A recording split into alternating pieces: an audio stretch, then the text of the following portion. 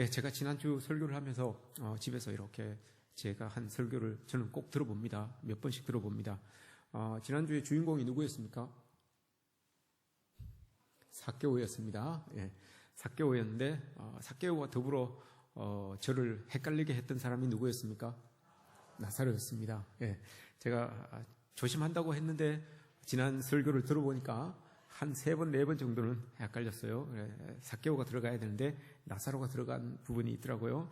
그래서 제가 원수 갚는 심정으로 오늘은 나사로에 대해서 이야기를 합니다. 예, 원수 갚는 심정으로 나사로에 대해서 이야기를 합니다. 우리가 나사로도 여러분 주일학교 때부터 많이 들어왔던 그런 사람이었죠. 나사로 하면 여러분 꼭 앞에 수식어가 따라갑니다. 어떤 수식어가 있습니까?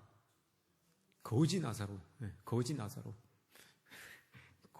거지 나사로가 있습니다. 오늘 본문에 나와요. 오늘 본문에도 나오는데 오늘 본문을 보시면 거지 나사로와 또 대비되는 사람이 한 부자입니다. 이름 없는 부자인데 이 내용을 우리가 잘 알고 있어요. 부자는 지옥에 갔고 나사로는 천국에 갔고 이 내용들을 있죠. 근데 나사로와 부자 이야기를 우리가 보면서 이건 우리가 머릿속에서 조금 조심해서 생각을 해야 됩니다.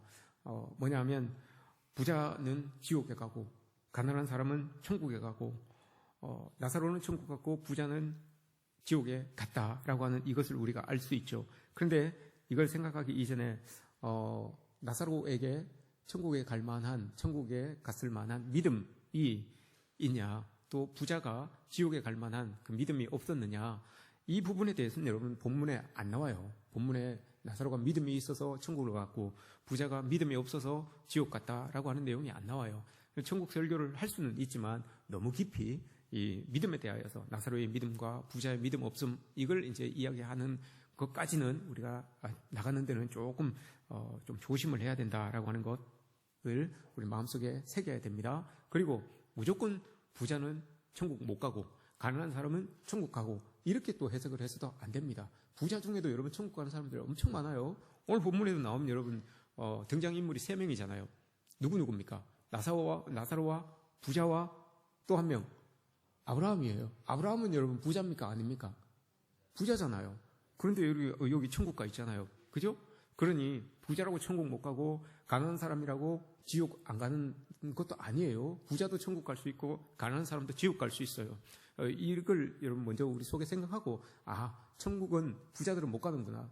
가난한 사람들은 다 천국 가는구나. 이렇게만 생각하시면 안 돼요. 그렇게 생각하시면 설교에 또 하나님 말씀을 해석하는데 오류가 생길 수 있다라는 거. 무조건 여러분 이렇게 이분법적으로 하나님의 말씀을 보면 안 된다라고 하는 거. 이걸 먼저 마음속에 이렇게 새겨놓고 있어야 됩니다. 그럼 오늘 본문에서 예수님께서 우리에게 들려주시고자 하는 말씀은 도대체 뭘까? 이걸 여러분 우리 이제 고민하면서 봐야 되는 거예요. 오늘 본문을 보시면 여러분 예수님께서 이 말씀을 하시는데 대상자가 있습니다. 누구겠습니까? 이 말씀을 주시는 대상자가 있어요. 바리새인이에요. 앞에 본문을 보시면 바리새인들을 향하여서 제자들과 함께 예수님이 이렇게 계시다가 바리새인들에게 말씀을 하는 거예요. 바리새인들에게 이 비유를 지금 들려주고 계신다라는 것을 여러분 기억하십시오. 근데 바리새인들에게 말씀을 주시면서 충고도 하시고 경고도 하세요. 바리새인들에게 충고도 주시고 경고도 주신다는 것을 기억하십시오. 이 말씀을 하기 전에 이제 예수님께서 나사로라고 하는 인물을 하나 데리고 옵니다. 그리고 부자를 이렇게 데리고 옵니다. 설명을 해줍니다. 부자 19절에서 부자는 이만큼 부자예요. 늘 자색 옷을 입고 고운 베옷을 입고 날마다 호화롭게 즐기는 사람입니다. 라고 이렇게 말합니다. 이름은 없지만 부자, 자색 옷과 베옷을 입습니다. 이 옷은 평상시에 그냥 막 입고 다니는 그런 옷들이 아니잖아요. 오늘날로 치면 아주 귀한 날 입는 옷들, 아주 기념될 만한 날 입는 옷들, 일때 입는 옷이에요. 이런 옷을 날마다 입는 거예요. 명품으로 그냥 시장을 하는 거죠. 하루하루 날마다 모든 명품 브랜드를 다 가지고 있으면서 하루마다 그걸 바꿔 입어요.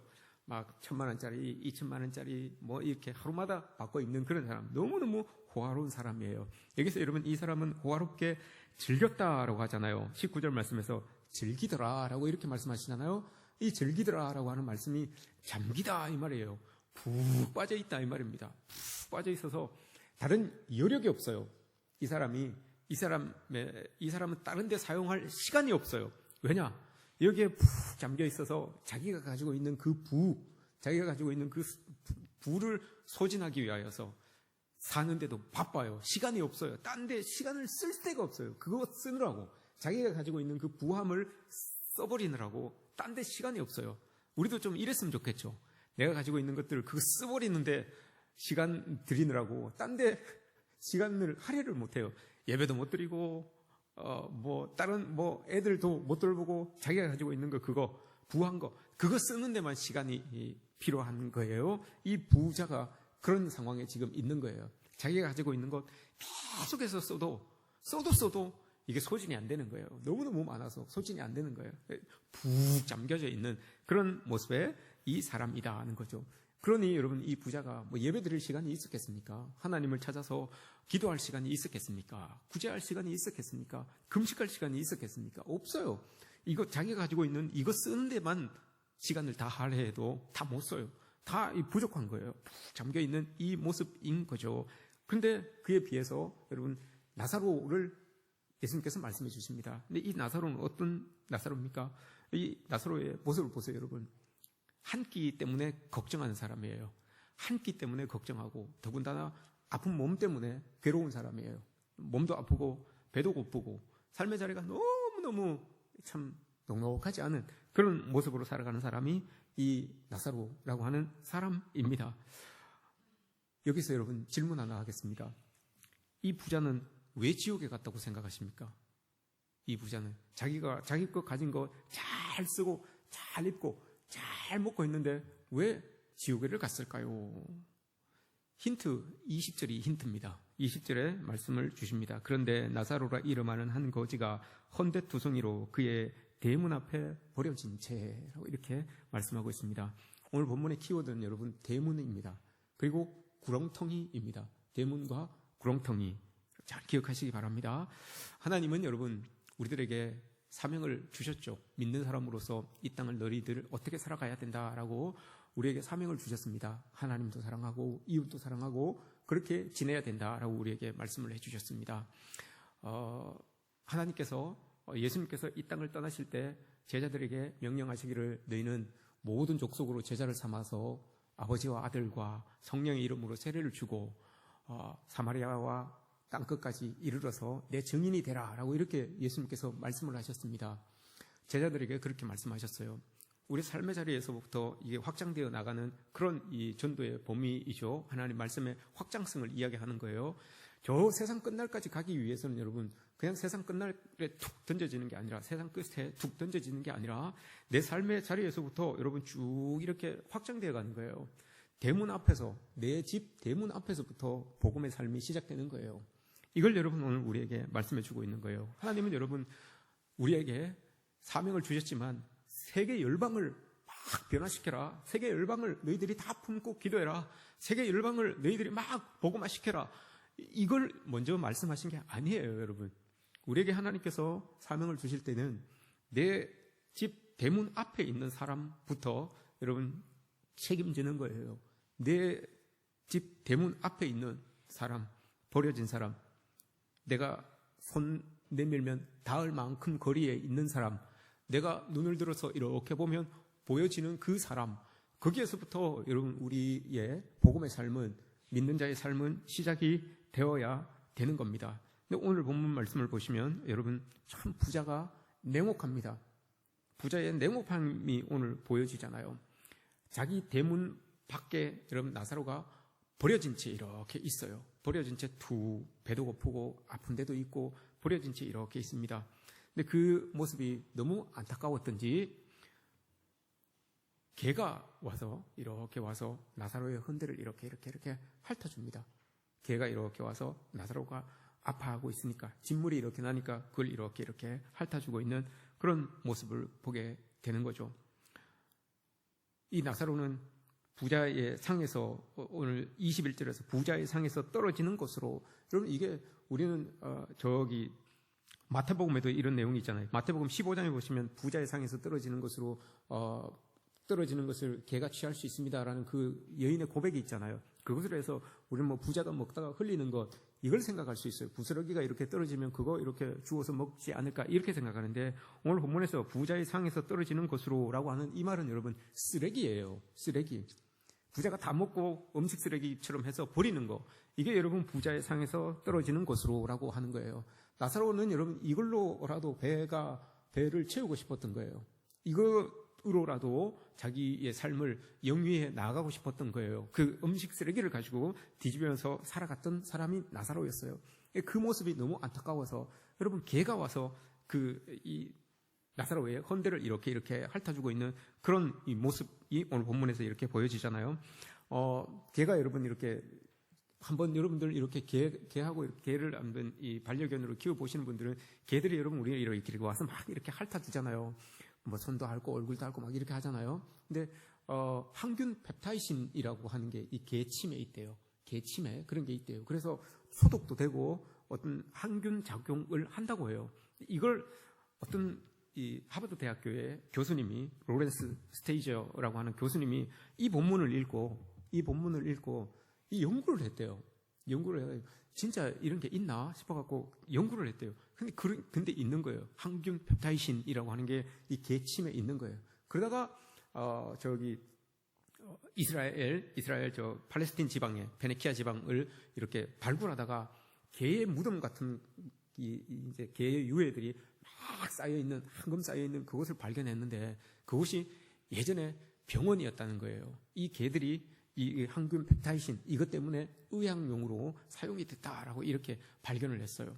개가 사람보다 나아요. 여기에서는 개가 사람보다 나아요. 자기가 치료의 능력이 있는 줄 알고, 그죠? 자기가 치료의 능력이 있는 줄 알고 나사로를 가서 막 핥아줘요. 이 눈으로, 육안으로 보기에 그게 치료에 무슨 효과가 있겠습니까? 금방 나타나겠습니까? 그러나 참 자기를 위로해주는 그 개 한 마리 때문에 나사로가 여러분 위로를 얻지 않았겠습니까? 이런 이 위로도 여러분 우리에게 참 큰 힘이 된다는 것을 우리는 알 수 있죠. 여러분 한번 보십시오. 25절 말씀에서 이렇게 이야기를 합니다. 하나님께서 이 부자에게, 여러분 또 우리에게 원하는 건 그거예요. 하나님께서 네가 하나님의 큰 일을, 사명을 감당하는 것도 좋지만 하나님의 놀라운 능력을, 기도하면서 놀라운 능력을 가지고 세상을 뒤집고 막 하는 것도 좋지만 먼저 가장 가까운 데서부터 네가 그 일들을 감당해야 되는 것 아니겠냐, 이렇게 우리에게 요구하고 계세요. 25절 말씀에서 이렇게 이야기를 합니다. 야, 너는 살았을 때 그 좋은 것들을 그 많이 가졌는데, 그 많이 받았었는데 그거 어떻게 하나를 남겨주지 못하냐, 하나를 나눠주지 못하냐. 25절이 이렇게 해요. 이걸 우리의 국어로 바꾼다면 여러분 그 말이에요. 넌 살아있을 때 그렇게 좋은 것들을 그렇게 많이 받았는데 어떻게 그거 하나를 사람에게 나눠주지 못하냐라고 이렇게 이야기를 하고 있어요. 마태복음 25장에 보시면, 여러분 마태복음 25장에 보시면 종말을 비유하는데 세 가지 비유가 나옵니다. 우리 새벽 기도에 지금 하고 있는데 세 가지 비유를 하십니다. 첫 번째는 무슨 비유였습니까, 여러분?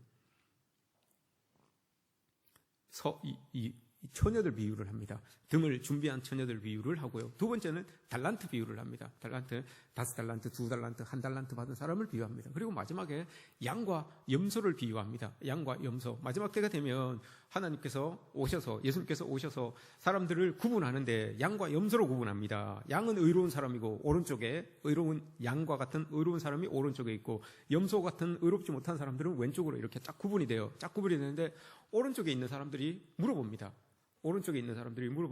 양이죠. 그러니까 아니 우리가 왜 오른쪽에 있지요? 라고 이렇게 물어봅니다. 그랬더니 예수님께서 이렇게 이야기합니다. 너희들이 나에게 내가 줄일 때에 먹을 것을 주었고, 목마를 때 마시게 했고, 나그네 되었을 때 영접했고, 헐벗었을 때에 입혀주었고, 병들었을 때에 돌보아 주었고, 옥에 갇혔을 때 와서 보았다라고 이렇게 말합니다. 예수님께서. 그랬더니 이 의로운 쪽에, 오른쪽에 있었던 사람들이 그렇게 이야기합니다. 나는 그렇게 한 기억이 없는데요? 이렇게 이야기를 해요. 나는 그렇게 당신에게 그렇게 한 기억이 없는데요? 라고 이렇게 말해요. 그랬더니 이 예수님께서 다시 말씀하십니다. 네 형제 중에 가장 작은 자에게 한 것이 나에게 한 것이다. 라고 이렇게 말씀하세요. 네 형제 중에 가장 작은 자에게 한 것이 나에게 한 것이다 라고 이렇게 말합니다. 이 말씀은 어떤 말입니까 여러분? 우리가 삶의 자리에서 베풀어 주는 어렵고 힘든 사람들, 가난하고 아파하는 사람들에게 우리의 위로와 우리의 평안을 전했을 때 그게 여러분 예수님께 전했던 거라는 거죠. 예수님께 했던 것과 똑같다라고 이렇게 예수님께서는 평가를 해주세요. 믿는 사람의 모습은 여러분 이런 거예요. 믿는 사람의 모습은 이렇게 내 가까이에 있는 손 뻗치면 닿을 만한 공간에서 힘들어하고 아파하는 사람들에게 예수 그리스도의 사랑을 펼쳐 나가는 것, 이게 여러분 그리스도인의 모습인 거죠. 이런 모습들을 여러분 우리가 가지고 있어야 됩니다. 평소에 네 형제, 지극히 작은 네 형제에게 한 것이 나에게 한 것이다 라고 이렇게 말씀을 해주세요. 이게 여러분 대문이에요. 대문은 여러분 우리가 열면 금방이에요. 열면 그 앞에 바로 보여요. 이게 대문이에요. 충고예요. 바리새인들에게 지금 충고하고 있는 거예요. 바리새인들은 여러분 입만 열면 사랑을 이야기하고 입만 열면 긍휼을 이야기하고 입만 열면 하나님의 율법을 이야기하는 사람들이에요. 그런데 그 대문을 열지 못해요. 그 대문을 열지 못하고 늘 그냥 자기들이 가진 그 부자로 대변되고 있는 이 바리새인들이 누리고 있는 거, 자기들에게 주어진 것들만 누릴 줄 알지 그 문을 못 열고 대문을 못 열고 바로 앞에 있는 사람들, 나사로와 같은 사람들을 돌보지 못하는 사람들이에요. 이게 여러분 대문으로 우리에게 충고하는 거예요. 그리스도인들, 이 땅에 살아가고 있는 사람들 큰 것으로 여러분 하나님께 영광 돌리려고 생각하지 마십시오. 아주 위대하고 아주 능력 있는 그런 일로 여러분 하나님 앞에 영광 돌리려고 하지 마시고 내 대문 앞에 내가 손 뻗으면 닿을 만한 공간에 있는 그 사람들, 그 위치에 있는 사람들을 먼저 여러분 우리는 돌볼 수 있어야 돼요. 가정의 달 5월에 여러분 헐벗고 굶주리고 관심이 필요한 사람들이 얼마나 많습니까? 그런 사람들이 있음에도 불구하고 여러분 많은 그리스도인들이 그냥 교회 행사에만 치중이 되어 있어서 교회 안에서만 치중이 되어 있어서 그들의 눈물을 외면해요. 그들의 여러분 아픔을 그냥 못 본 척하고 넘어가는 경우가 너무너무 많습니다. 5월 한 달 동안만이라도 여러분 우리는 대문을 활짝 열고 내 대문 앞에 버려진 채 누워져 있는 그 아파하고 힘들어하고 괴로워하는 사람들을 여러분 우리가 위로해주고 그들에게 평안을 전해준다면 예수님께서 마태복음 25장에서 말씀하셨던 것처럼 네 형제 중에 지극히 작은 자에게 한 것이 나에게 한 것이다 라고 여러분 우리를 오른편에 양의 위치에 여러분 우리를 이렇게 구분 지어 주지 않으시겠습니까? 이런 모습들이 여러분 우리에게 있어야 되는 거죠. 대문은 여러분 우리가 열면 열려요.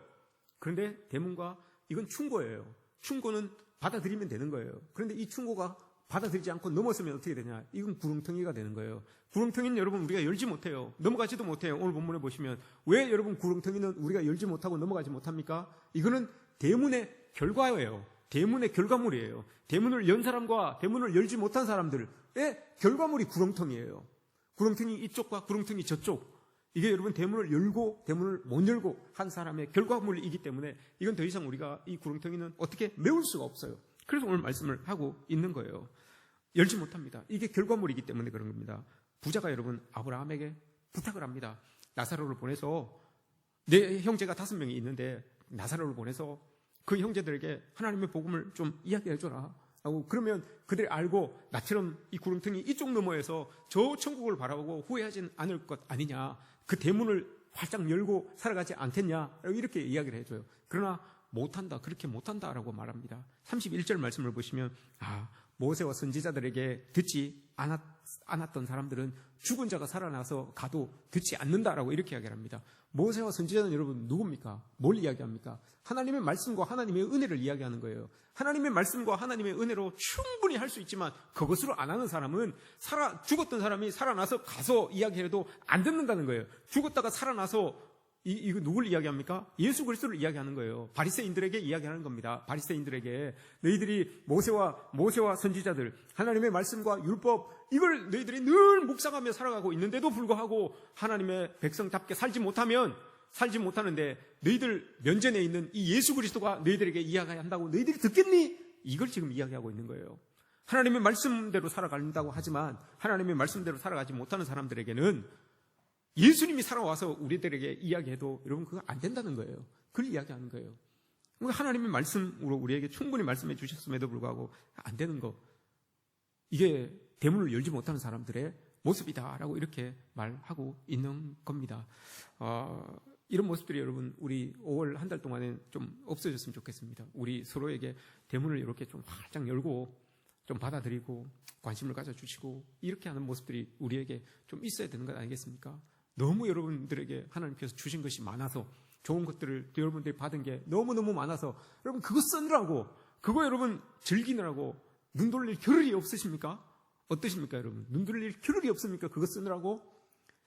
대문을 여러분 살짝만 열어보시면 여러분 그 앞에 버려진 죄 누군가 여러분 있을 거예요.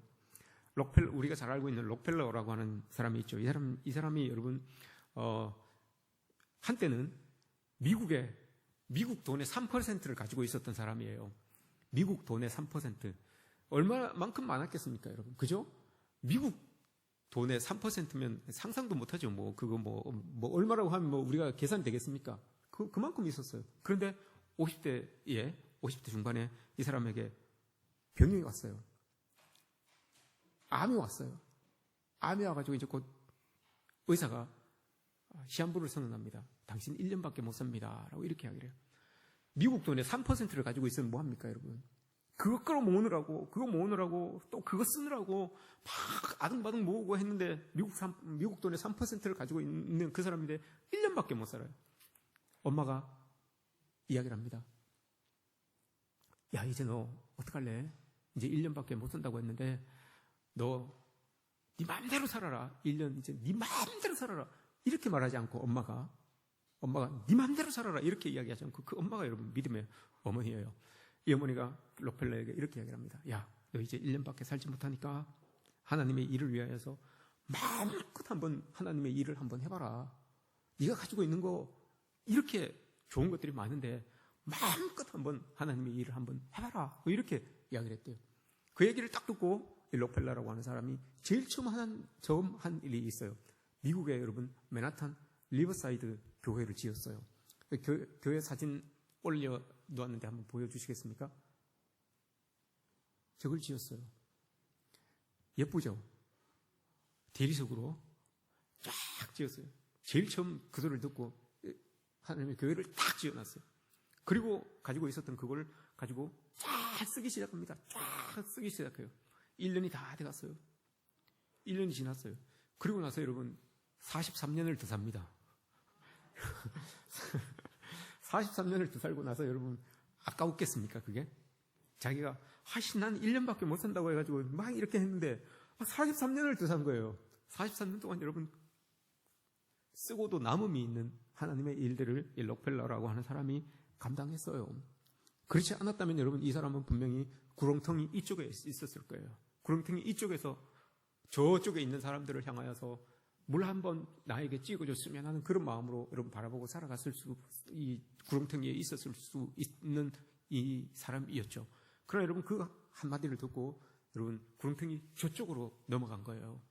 그렇게 삶이 대문을 열고 닫음에 따라서 여러분 이렇게 확 바뀌어지는 것을 우리가 보게 됩니다. 우리가 잘 알고 있는 뉴욕타임즈 신문이 있죠. 뉴욕타임즈 신문에 보면 여러분 부고란이 있어요. 전 세계의 유명한 사람들이 죽으면 이만한 신문지에 한 8분의 1면쯤 부고를 이렇게 실어줘요. 유명한 사람들 부고를 이렇게 실어주는데 이게 이 뉴욕타임즈가 시작 창간 후부터 2016년도까지 지금도 계속되고 있는데 2016년도까지 그 부고를 쫙 정리해 놓은 게 있어요. 부고를 정리해 놓은 것을 이만큼 두꺼운 책인데 거기에다가 이 책으로 발간했어요. 부고집이라고 해가지고 The Book of the Dead, 죽음의 책이라고 해가지고 이 부고를 책으로 이제 만든 거예요. 2016년도까지 지금 계속해서 지금 부고는 계속 쌓이고 있는 거죠. 거기에 보면 여러분 2021년도에 한국 사람이 한 명 이 부고가 납니다. 그 사람이 누군가 하면 전두환입니다. 부고의 내용은 일생에 대해서 이제 쭉 적죠. 헤드라인이 중요해요. 헤드라인. 딱 한 줄로 그 사람을 평가해요. 딱 한 줄로. 그게 이제 포인트죠. 딱 한 줄로 그 사람을 딱 평가하는데 전두환 씨가 2021년 11월 달에 올라옵니다. 전두환. 한국의 군인 출신 독재자. 요게 끝이에요. 한국의 군인 출신 독재자. 이렇게 딱 끝났습니다. 그리고 나서 11월 달에 또 한 명이 올라옵니다. 조용기 목사님입니다. 조용기 목사님. 그는 이렇게 되어 있습니다. 한국 메가처치의 상징과도 같은 조용기. 한국의 기독교를 대중화한 사람. 이렇게 딱 적혀져 있어요. 딴 거 아무것도 없어요. 그냥 그 사람 하면 딱 떠오르는 거. 요게 헤드라인으로 딱 걸려 있는 거예요. 그리고 밑에 내용은 이제 쭉 채워가는 거죠. 여러분, 오늘 이 본문에 나왔던 이 부자를 아마 뉴욕타임즈에서 부고를 낸다면 헤드라인을 어떻게 적었을 것 같습니까? 여러분들은 어떻게 적겠습니까? 이 부자의 부고 헤드라인을 딱 적는다면, 그 사람은 평생 잘 먹고 잘 산 부자. 하지만 대문 앞에 한 사람에게는 관심이 없었던 사람. 이 정도? 여러분들은 과연 뉴욕타임즈에 부고 헤드라인이 적힌다면 어떻게 적힐 것 같습니까? 모아교회 목사. 저는 그렇게 적히겠죠. 그게 제일 제가 아주 영광스러운 거니까요. 그거 하나 딱 적힐 거예요. 저는 그거 더 이상도 바라지도 않아요. 모아교회 목사. 딱. 이렇게 됐었으면 참 좋겠어요. 또 모르죠. 또 우리 아들들이 대통령이 되어서 대통령의 아버지. 이렇게 적혔을 수도 있겠죠. 네. 그건 나중 일이고, 지금 저에게 있어서는 모아교회 목사. 여러분들은 어떻습니까? 여러분들은 어떻게 적히겠습니까? 프란체스코 교황이 여러분 향년 88세로 4월 21일 날 이제 선종했습니다. 평생을 그 사람 가난한 사람들과 함께 살았던 사람이에요. 2013년도에 교황으로 이렇게 추대가 됩니다. 12년 동안 봉직했어요. 근데 이 사람은 월급을 받지 않았어요. 월급을 12년 동안 받지 않았던 사람이에요. 그리고 돌아가실 때 탈탈 털었어요. 그 사람 집이나 은행이나 계좌나 탈탈 털었는데 전 재산이 14만 원이었어요. 14만 원. 전 재산이 14만 원. 그래서 장례를 치러야 되잖아요. 이 장례도 못 치르는 거예요. 원래 교황이 돌아가시면 교황청에서 이제 장례를 치릅니다. 장례를 아주 화려한 석관에다가 쫙 이렇게 모셔가지고 그 시신을 바티칸 성당 밑에다가 안치를 해요. 이렇게 봉안을 합니다. 그게 교황이 돌아가시면 하는 절차예요. 근데 이분이 유언을 남깁니다. 나는 그렇게 하지 마십시오. 나는 그냥 나무관에다가 내 시신을 넣으십시오. 그리고 바티칸 성당 밑에다가 나를 이렇게 안치하지 말고 나 그냥 맨 땅에 묻어주십시오. 이렇게 유언을 했어요. 그리고 내 무덤입니다 라고 표지석을 세우지도 마세요. 표지석도 세우지 말고 그냥 프란체스코 내 이름을 쓰시고 나무 십자가에다가 내 이름을 쓰시고 그냥 그 위에 박아주세요. 이게 유언이었어요. 그렇게 했어요. 이게 이 프란치스코 교황의 모습이었어요. 근데 이 사람이 그렇게 참 검소하게 살아가면서도 잊지 않은 게 있어요. 늘 곁에 가난한 사람들을 달고 사셨어요. 77세, 이건 참 유명한 일이잖아요. 77세 생일 때 로마 교황청 주변에 있었던 높은 사람들이 여러분 교황 생일 때 얼마나 많이 찾아뵙고 싶어 하겠습니까? 다 못 오겠어요. 다 못 오겠는데 사람들을 초청을 했어요. 어떤 사람들을 초청했는가 하면 노숙자를 초청했어요. 77세 생일 때 노숙자를, 이 교황청 주변에 살고 있는 모든 노숙자들을 다 초청한 거예요. 막 누더기를 입고 온 거예요. 노숙자들이 교황청으로 온 거예요. 다 받아들인 거예요. 다 받아들여가지고 그들과 함께 이 생일 파티를 한 거예요. 그런데 누더기를 입고 있는데 한 사람이 못 들어오고 있는 거예요. 한 사람이 못 들어오고 있는데 보니까 이 사람이 기르고 있는 개가 한 마리 있어요. 이 개를 들고 교황청에 들어갈 수는 없잖아요. 아무리 이 거린들, 노숙자들을 초청했다고 해도 개를 안고 있으니까 이 개를 놓고 갈 수도 없고 못 들어가고 있었던 거예요. 근데 그걸 교황이 아셨어요. 데리고 들어와라. 그 노숙자보다도 더 더러운 그 개, 꼬질꼬질한 그 때 묻은 개를 안고 들어가서 그 생일 잔치 자리에서 함께 여러분 생일 파티를 했다는 거 아닙니까? 이게 프란치스코 교황의 모습이었습니다. 이런 모습들이 참 세상을 향하여서 던지는 여러분 메시지가 대단하지 않습니까? 이런 메시지들이 이렇게 설교하지 않아도 여러분 삶의 자리에서 툭툭 던져지는 그런 메시지들이 사람을 울리고 감동하게 하는 것 아닙니까? 이 사람이 여러분 2013년도에 교황이 되고 2014년도에 우리나라를 방문합니다.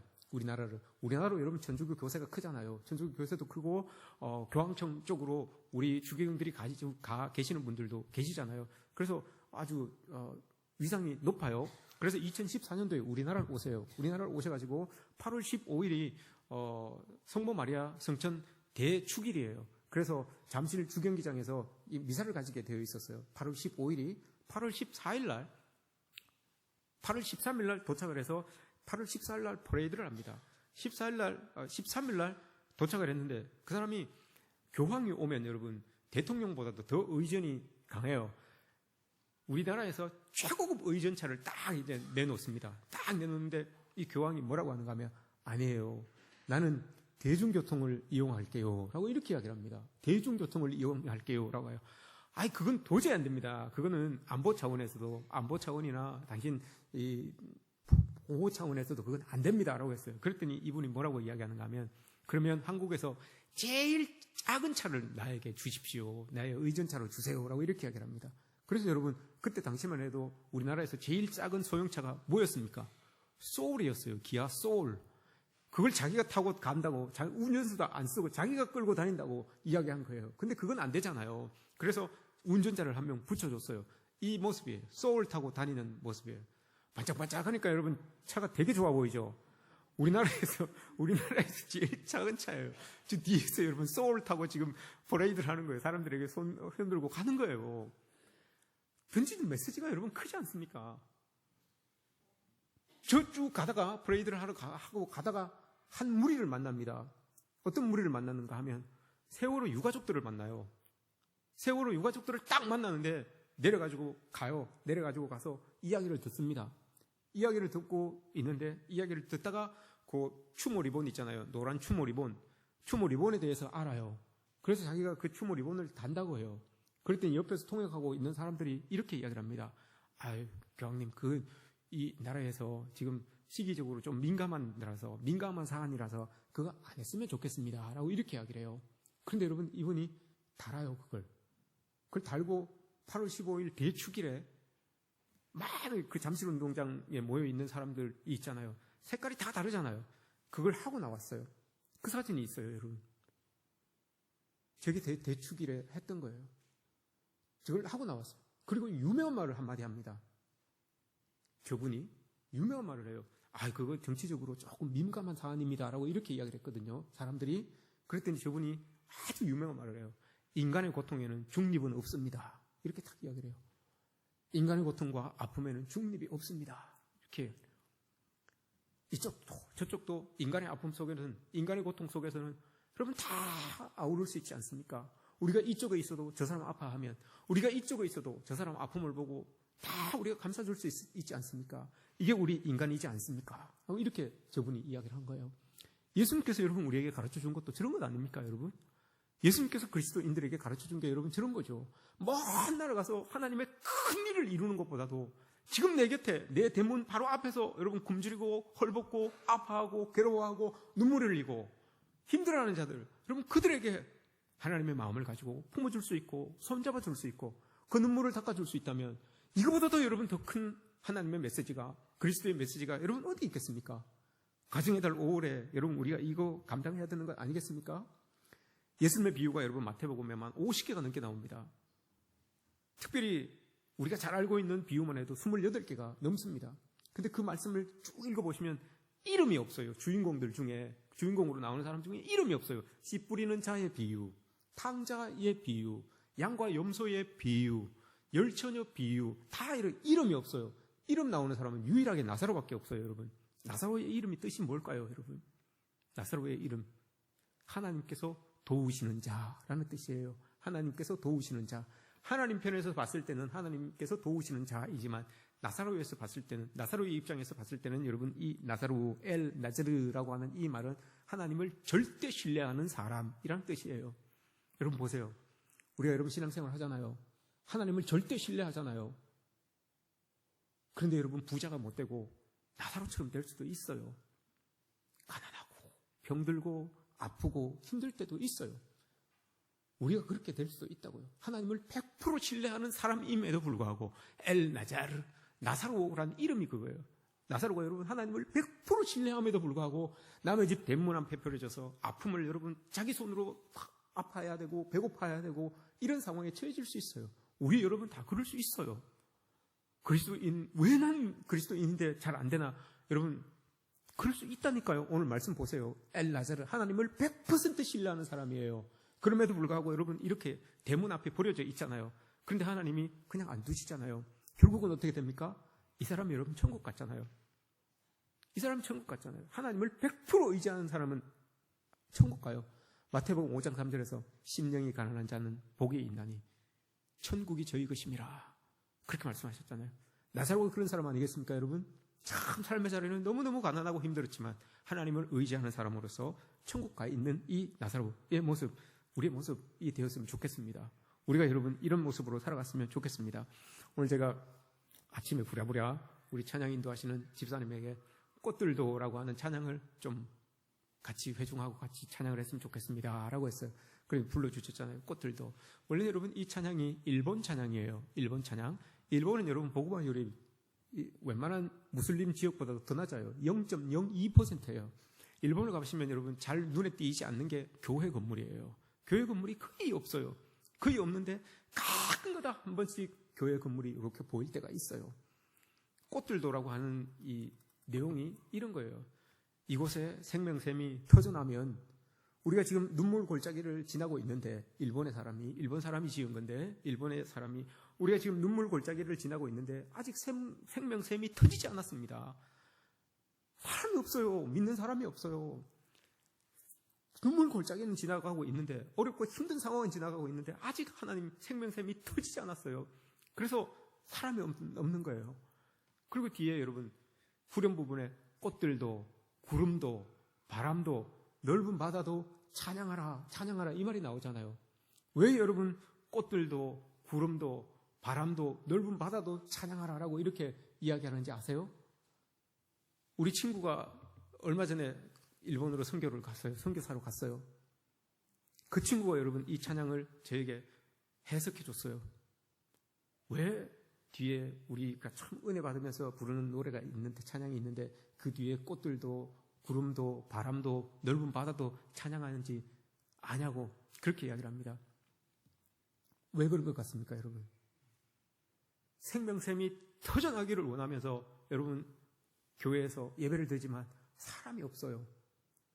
사람이 없어서 여러분 눈물을 흘리면서 부르는 찬양이에요. 성전 문을 활짝 열고 밖에 보이는 그래도 사람은 없지만 밖에 여러분 꽃들이 있고 지나가는 구름이 있고 들려지는 바람이 있고 여러분 파도가 있는 거예요. 사람은 없을지라도 꽃들이 구름이 바다가 하늘이 하나님을 찬양하였으면 좋겠다 꿈꾸면서 이곳에 하나님의 생명샘이 터져서 사람들로 꽉 찰 것을 기대하면서 소망하면서 그렇게 부르는 찬양이에요. 그 척박한 곳에서 여러분 대문 앞에 있는 한 사람을 기대하면서 여러분 선교하고 있는 이 선교사님들의 모습, 우리는 여러분 우리의 삶의 자리에서 여러분 이래야 되지요. 우리도 여러분 우리의 대문 앞에 있는 그 한 사람을 향하여서 하나님의 복음을 들고 그렇게 여러분 그들에게 하나님을 전할 수 있는 우리의 모습들이 되어야 되지 않겠습니까? 계시록 3장 20절 말씀, 내가 문 밖에 서서 두드리노니 누구든지 내 음성을 듣고 문을 열면 내가 들어가서 나는 그와 더불어 먹고 그는 나와 더불어 먹으리라 라고 이렇게 말씀하십니다. 여러분 그 말씀에서 문 밖에 서서 두드리노니 누굽니까? 문 밖에 서서 두드리는 사람이 누굽니까? 예수님이에요, 여러분. 우리의 문 밖에 내버려져 있는 사람, 가난한 사람일 수도 있고 아픈 사람일 수도 있고 병든 사람일 수도 있고 어린이일 수도 있어요. 그러나 그분이 바로 예수님입니다. 내가 문 밖에 서서 두드리노니, 내가 문 밖에 버려진 채 두드리노니 그분이 바로 예수님이에요. 그 예수님을 여러분 우리가 맞아들일 수 있다면 이곳이 여러분 정말 하나님의 영광으로 가득 차서 하나님과 함께 은혜 속에서 그렇게 춤추며 찬양하며 지낼 수 있는 우리들이 되지 않겠습니까? 이런 모습들이 여러분 올 한 달 동안 우리에게 있었으면 좋겠습니다. 여러분 모두에게도 이런 일들이 있었으면 좋겠습니다. 여러분 대문을 여십시오. 여러분들의 대문을 여시고 여러분들 앞에 있는 손 뻗치면 닿을 만한 곳에 있는 사람들 손을 잡아주시고 마음을 위로하여 주시고 눈물을 닦아주시고 한번 안아주시고, 이게 여러분 세상 끝에 가서 하나님의 복음을 전하는 것보다도 더 큰 일이에요.